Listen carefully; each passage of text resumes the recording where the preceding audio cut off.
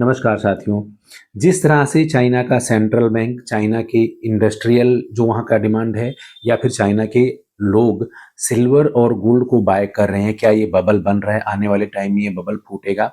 जिस तरह से सिल्वर का वहाँ पे प्राइजेस हायर साइड ट्रेड हो रहा है, गोल्ड में भी वहाँ ज़बरदस्त तरीके का डिमांड है।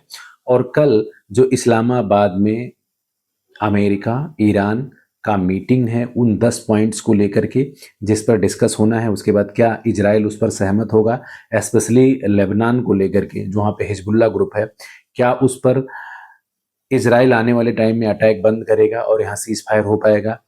क्या जो ईरान अभी स्टेट ऑफ हॉर्मोन्स को पूरी तरह से कंट्रोल कर रहा है, वहाँ पे क्या बात बन पाएगा? इन सभी विषयों में डिटेल में बात करेंगे। चाइना में साथियों इस समय सिल्वर गोल्ड का इतना डिमांड है कि वहाँ पे लोगों को स्पेशली सिल्वर नहीं मिल पा रहा है। ऐसा तमाम चाइनीज़ न्यूज़पेपर्स में छपा हुआ, चाहे वो ग्लोबल्स टाइम हो या फिर चाइनीज़ पीपल अखबार हो या अदर अखबार हो, वहाँ के लोग ज़बरदस्त तरीके से सिल्वर और गोल्ड दोनों का एक्युमुलेशन कर रहे हैं, जिससे पिछले कुछ सालों में जो वहाँ पे जो रिसेशन आया था, स्पेशली रियल एस्टेट में लोगों ने वहाँ पे जिस तरह से ट्रैप हुए थे, उसके बाद अब जो लोगों का वहाँ पे इन्वेस्टमेंट है वो सिल्वर और गोल्ड की तरफ ज़्यादा है। क्योंकि पिछले कुछ समय में चाहे वो रसिया यूक्रेन का वॉर हो या बीच में और भी जितने सारे डिस्टर्बेंस आए हैं, चाहे इजराइल का अदर कंट्रीज पे हमास पर या हिजबुल्ला या अदर मिडल ईस्ट पर अटैक हो, या फिर आपका ईरान, इजराइल और अमेरिका का वॉर हो, इन सब सिचुएशन को देखते हुए हर दुनिया का हर स्टॉक मार्केट में क्राइसिस देखने को मिलता है। वहाँ पे ज़बरदस्त तरीके की बिकवाली देखने को मिलती है। और करेंसी ही क्यों ना हो, वो भी सिर्फ प्रॉमिस टू पे है, लेकिन एक जो रियल एसेट्स है गोल्ड और सिल्वर, ऐसे पे स्पेशली चाइनीज लोगों का विश्वास बहुत ज़्यादा है। क्योंकि वो जो लोग खरीद रहे हैं अभी, वो फिजिकल खरीद रहे हैं, फिजिकल सिल्वर और फिजिकल गोल्ड, क्योंकि उनके पास स्टोरेज कैपेसिटी है और इंडिया की तरह वहाँ पर इस तरह का कोई स्टोरेज का प्रॉब्लम नहीं है। क्योंकि अगर इंडिया में स्पेशली देखा जाए तो अगर आप गोल्ड और सिल्वर को फिजिकल एकोमुलेट करोगे तो उसको कैरी करना बहुत ही मुश्किल है। तो इस हिसाब से चाइना में नहीं है जैसे वहाँ के न्यूज़पेपर्स में पूरा का पूरा दिखाई दे रहा है। अगर चाइना में प्राइस की बात करें तो सिल्वर अभी भी $85 के आसपास ट्रेड हो रहा है। अगर इंडिया की बात करेंगे कॉमेक्स मार्केट में ये अभी $74 के आसपास ट्रेड हो रहा है साथियों। तो $11 का हायर साइड चाइना में ट्रेड हो रहा है। तो ये जो वहाँ पे ज़बरदस्त तरीके का डिमांड है, चाहे इंडस्ट्रियल डिमांड हो या कंजम्पशन हो या फिर जो लोग उसे एक्यूमुलेट कर रहे हैं, उसके कारण कॉमिक्स में लगातार सिल्वर कम होता जा रहा है। और गोल्ड की बात करें तो तमाम अखबार के हिसाब से ऑफिशियली चाइना ने 5,000 से ज़्यादा टन एक्यूमुलेट कर रखा है गोल्ड का। अब आप कहोगे कि अमेरिका के पास तो 8,000 से ज़्यादा टन है, लेकिन चाइनीज़ जो पीपल हैं, जो चाइना के लोग हैं, ये अनुमान लगाया जा रहा है कि वहाँ पर इसका ट्रिपल टाइम गोल्ड का एक्युमुलेशन लोगों ने किया है और वो गोल्ड को उन्होंने फिजिकल फॉर्म में कैरी हुआ है। तो सिल्वर और गोल्ड जिस तरह से आने वाले टाइम में माइनिंग शॉर्टेज हो रहा है, चाहे सिल्वर का हो या गोल्ड का हो, सप्लाई वहाँ पे बहुत ही शॉर्टेज है, उसके कारण यहाँ पे प्राइजेज एस्केलेट होने के चांसेस बहुत ही ज़्यादा है।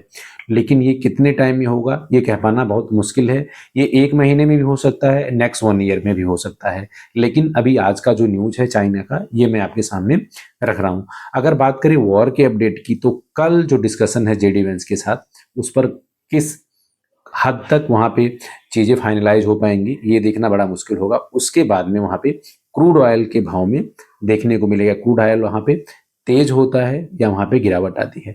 अगर साथियों यहाँ पे सीज फायर हो जाता है तो क्रूड ऑयल के भाव में वहाँ गिरावट आएगी। अभी जो $94 के आसपास चल रहा है, ये 90 या 85 तक आ सकता है।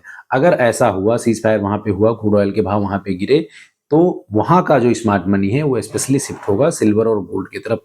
तो यहाँ पे उस तरफ से भी प्राइजेज में एस्केलेशन आपको देखने को मिल सकता है। लेकिन इजराइल जिस तरह से वो कह रहा है कि वो लेबनान को एज अ थर्ड पार्टी मान रहा है, लेबनान के साथ वो सेपरेट डिस्कस करेगा, लेबनान के साथ वो अलग से डील करेगा। लेकिन ईरान कह रहा है कि सीज फायर के साथ साथ ये वॉर एंड होना चाहिए और लेबनान और हिजबुल्लाह पर अटैक नहीं होना चाहिए। तो क्या इजराइल वहां पे सहमत होगा?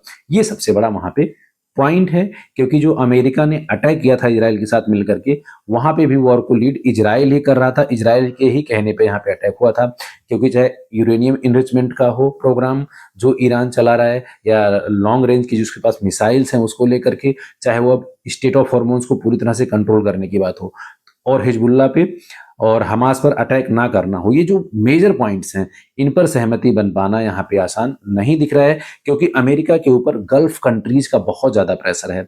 अभी ईरान कह रहा है कि स्टेट ऑफ हॉर्मोन से केवल 15 शिपमेंट एक दिन में निकल पाएगा। जिस प्लेस से स्पेशली स्टेट ऑफ हॉर्मोन से 100 से ज्यादा शिपमेंट एक दिन में पास हो रहा था, वहां पे 15 ही शिपमेंट पास हो जाएगा।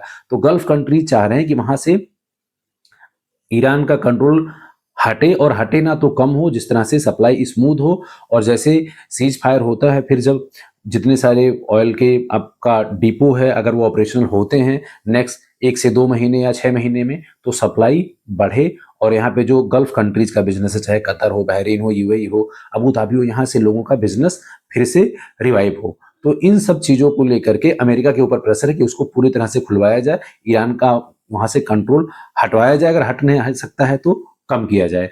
तो इन सभी विषयों पे अभी सहमति बन पाना थोड़ा सा आसान नहीं लग रहा है। अगर सहमति बन पाती है, डॉलर इंडेक्स वहां पे कम होगा, क्योंकि ऑयल का पैसा डॉलर इंडेक्स में पंप होता है। हर जगह डॉलर को जो डिमांड ज़्यादा है क्रूड ऑयल की वजह से, तो डॉलर इंडेक्स भी कम होगा और वहाँ से क्रूड ऑयल का पैसा भी शिफ्ट होगा। तो यहाँ पे आपको पॉसिबिलिटी दिख रही है आने वाले टाइम में एस्केलेशन की प्राइस। अगर बात करें गोल्ड की, तो 4700 के ऊपर अभी ट्रेड हो रहा है, 4740, सिल्वर 7400 के ऊपर ट्रेड हो रहा है। तो आने वाले टाइम में ये प्राइजेस अगर सिल्वर की कहें तो $78 इजिली देखने को मिल रहा है कि $78 टच कर लेगा। रेजिस्टेंस भी $78 का है सिल्वर में। और सपोर्ट लेवल की बात करें तो 71 अभी बहुत बड़ा सपोर्ट लेवल सिल्वर के लिए है। गोल्ड की बात करें तो गोल्ड अभी इजिली लग रहा है आने वाले टाइम में 5200 क्रॉस कर जाएगा। 5200 उसका पहला रेजिस्टेंस लेवल आएगा, जिसको तोड़ता है तो 5400 तक पहुंच जाएगा। अगर बात करें सपोर्ट लेवल की, तो गोल्ड में अभी भी बड़ा सपोर्ट 4600 दिख रहा है साथियों शॉर्ट टर्म में। आज के वीडियो में इतना ही, मिलते हैं नेक्स्ट सेशन में। Thank you.